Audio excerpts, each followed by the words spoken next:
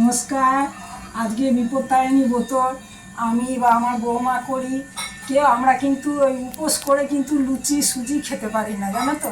যার জন্য আমাদের এই সাবু মাখা। তো কীভাবে সাবু মাখছি দেখো। দেখো, সাবুটা আমি সকালে ভিজিয়ে রেখেছি। হ্যাঁ, অনেকটা হয়ে গেছে। যাই হোক, আমরা সবাই মিলে খাবো। সাবু ভেজানো আছে। দেখো, আম কেটে রেখেছি, নারকেল কোড়ানো আছে, আর কলা ছাড়িয়ে রেখেছি, আর কালাকান্দ আছে, তোমার গুঁড়ো দুধ আছে আমুল, আর তোমার চিনি গুঁড়ো আছে। তো এবার কি করে দেবো, আগে চিনি গুঁড়োটা আমি দিয়ে দিই।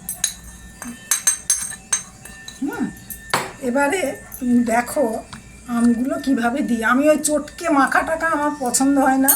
এই দেখো, এইভাবে আমগুলো চেঁচে চেঁচে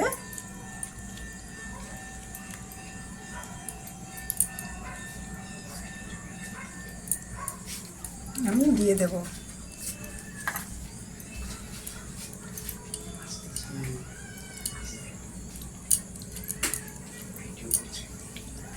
ঠিক আছে, আমি একটু এটা দেখালাম, আরও চাঁচবো। এরপরে আমি দেখো তোমার কালাকান্দ দিচ্ছি। তো এটা আমি আমার নাতির জন্য রাখছি। এবারে আমি দুধটা দেব। এবার আমি নারকেল কোড়া দেব।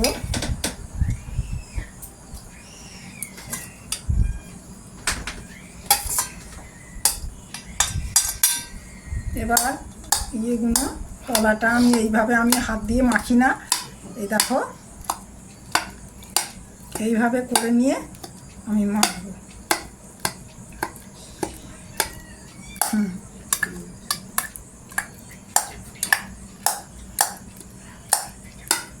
জানো, আমাদের নিচে সরস্বতী পুজো করতাম, আমাদের বয়সী অনেক বছর ধরে বন্ধ হয়ে গেছে। তো আমি দধিকর্মা মাখতাম। আমার দধিকর্মা মাখার খুব মানে পুরো পাড়াটায় খুব নাম ছিল। বলতো যে, কেউ বলতো কাকিমা, কেউ বলতো দিদি, বলতো আর তুমি মাখো, তোমার যেটা মাখাটা খেতে হয় চটকে চটকে এমনি করে গিয়ে খেতে চাইতো না। তো এইবারে আমি কলাটা দিয়ে দিলাম।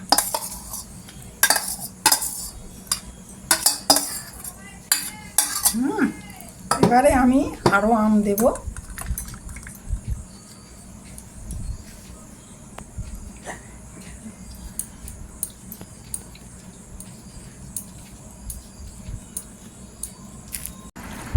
আমার মাখা চলছে। আমার বৌমা বলছে মা, এই গ্রীষ্মকাল এত গরমের দিনে মাঝে মধ্যে এরকম সাবু মেখো তো। আমি আমার নাতিকে নিয়ে পড়াতে যাই একটা টিউশনিতে।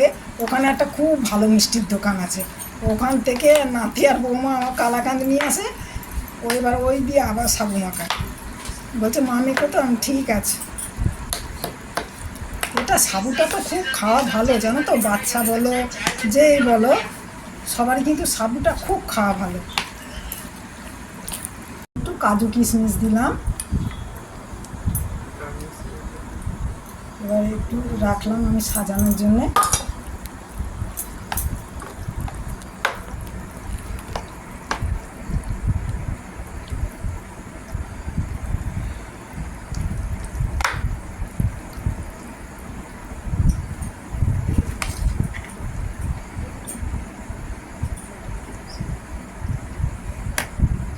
এবার আমি একটু আম দিই।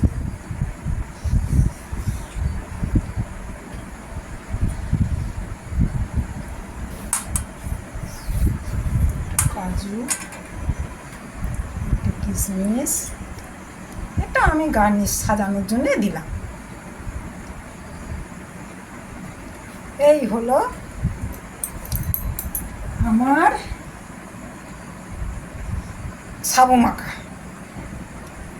তোমরা করো, খাও, আশা করি ভালো লাগবে। এটা কোনো ক্ষতি না, গ্রীষ্মকালে দারুণ খাবার। আমরা অবশ্য আজকে উপসী খাবো সেটা, কিন্তু এমনিতেও খাওয়া যায়।